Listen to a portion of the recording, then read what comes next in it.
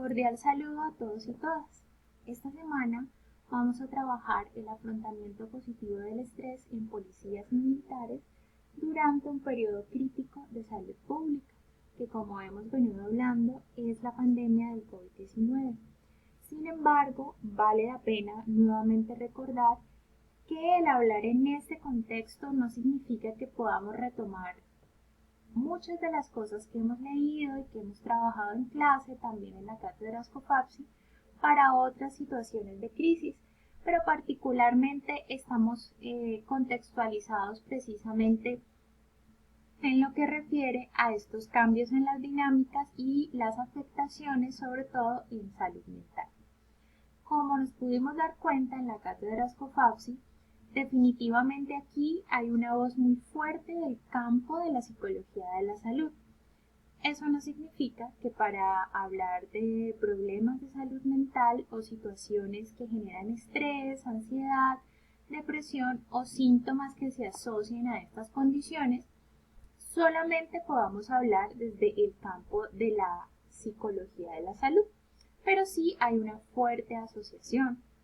Ya veremos en la clase de hoy que podemos también llamar otros elementos que pueden ser interesantes para la lectura del fenómeno y nuevamente aquí se nos plantea la idea de la población de policías, militares, pero podríamos trabajar también bajo la mirada de los distintos grupos poblacionales y las afectaciones que pueden tener ante una circunstancia como esta.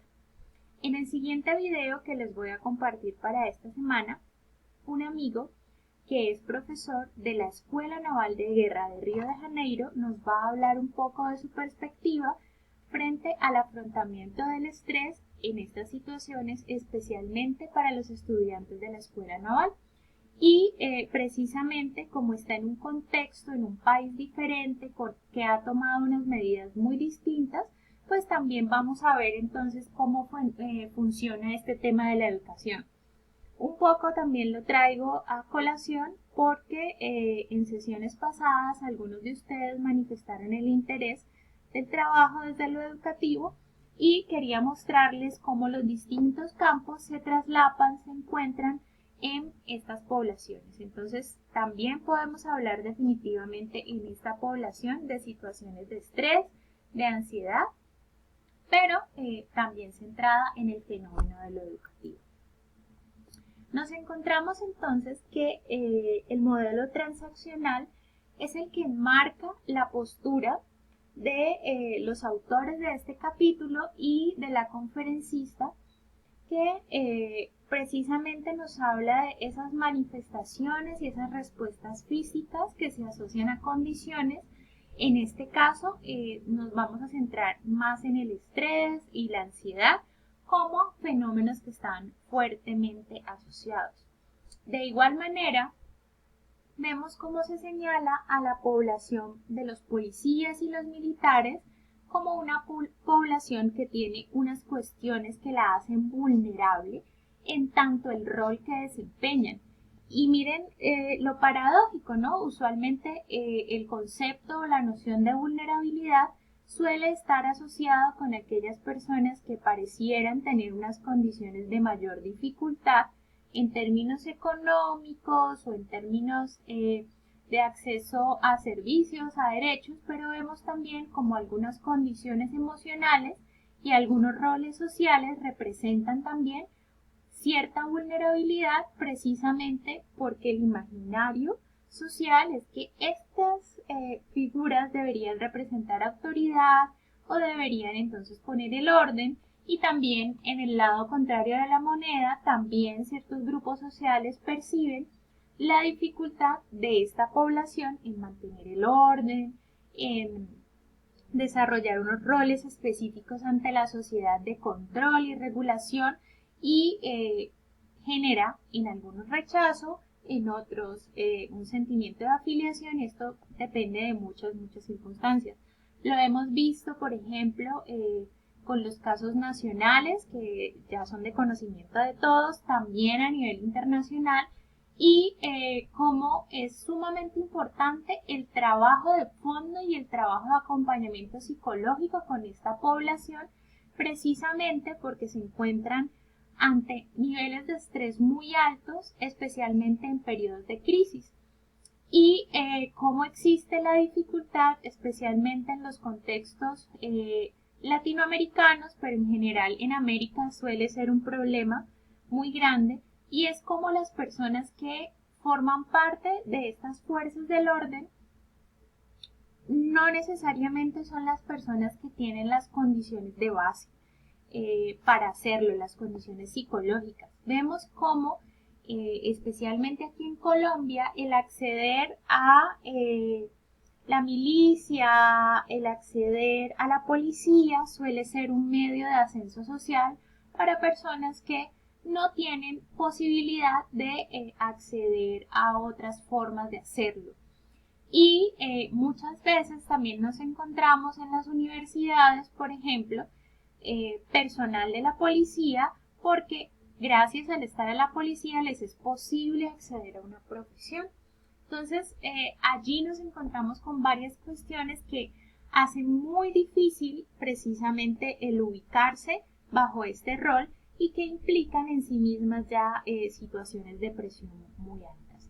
Entonces, vemos que en general la población que está adscrita, llámese al ejército, llámese a la policía o a cualquiera de este tipo de servicios del orden, suele jubilarse a menor edad o a temprana edad. Y esto no solamente es por las condiciones de peligro físico a las que se exponen, sino que precisamente el estrés genera un gran desgaste emocional. Esto lo vemos con mayor claridad y la psicología ha sido parte y acompañado fuertemente todos estos estudios de estrés postraumático de personas que están en la guerra, pero en términos generales nos encontramos que es una población de alto riesgo para sufrir pues este tipo de condiciones. Allí hay que considerar varios asuntos y es precisamente en cuáles podrían ser las estrategias de atención precisamente desde la psicología de la salud, tanto para promoción, prevención, ¿sí? De estas situaciones de riesgo, como para la atención oportuna. Y allí también habría que considerar cuáles son esos factores protectores. Aquí se hace énfasis en dos medidas que son importantes. Uno, el fortalecimiento de las redes de apoyo y dos, el fortalecimiento de la relación que se tiene consigo mismo. Y dependiendo también precisamente del abordaje teórico que cada uno de nosotros tengamos, desde el enfoque y el campo en el que nos ubiquemos, pues precisamente también se generarán ciertos recursos. De igual manera, como les decían, hay unos sesgos cognitivos, hay unos prejuicios que están asociados con esta población que deben ser tenidos en cuenta en ambas vías.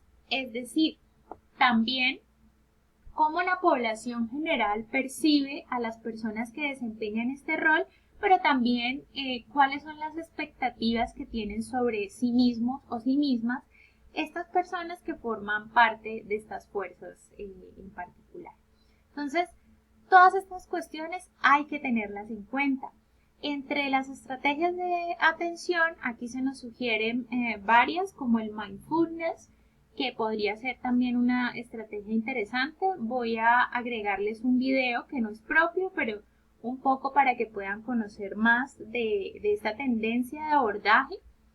Y también los talleres psicoeducativos o las estrategias psicoeducativas. En tanto, la información suele ser un factor que también ayuda a que precisamente las personas tengan un repertorio de opciones para tramitar las situaciones de crisis o las dificultades.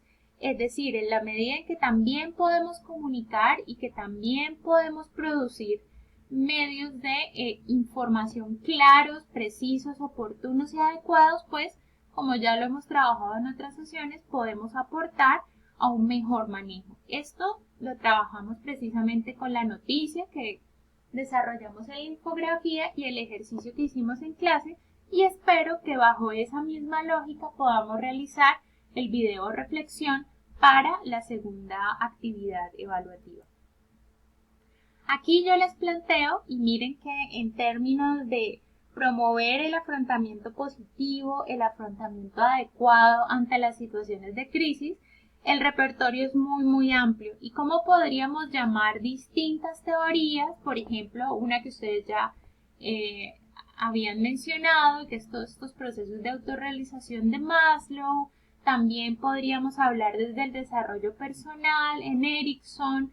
Podríamos trabajar desde el humanismo Rogers, en fin, distintas teorías también según la preferencia de cada uno de ustedes, de la tendencia, de lo que les llame la atención, podría ser llamado para trabajar todos estos procesos y en tanto exista claridad desde dónde me ubico, cada una de ellas será de gran utilidad.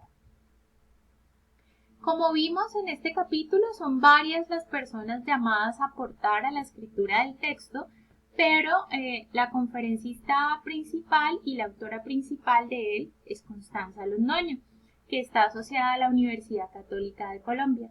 Aquí también les dejo entonces los enlaces tanto del ORCID como del CEBELAC para que ustedes puedan revisar y, como les menciono también en la cátedra, si tienen algún interés investigativo de formación que se asocie precisamente a lo que ella viene trabajando, también es muy importante que en la ciencia, en la psicología, trabajemos estas redes de apoyo que son muy interesantes.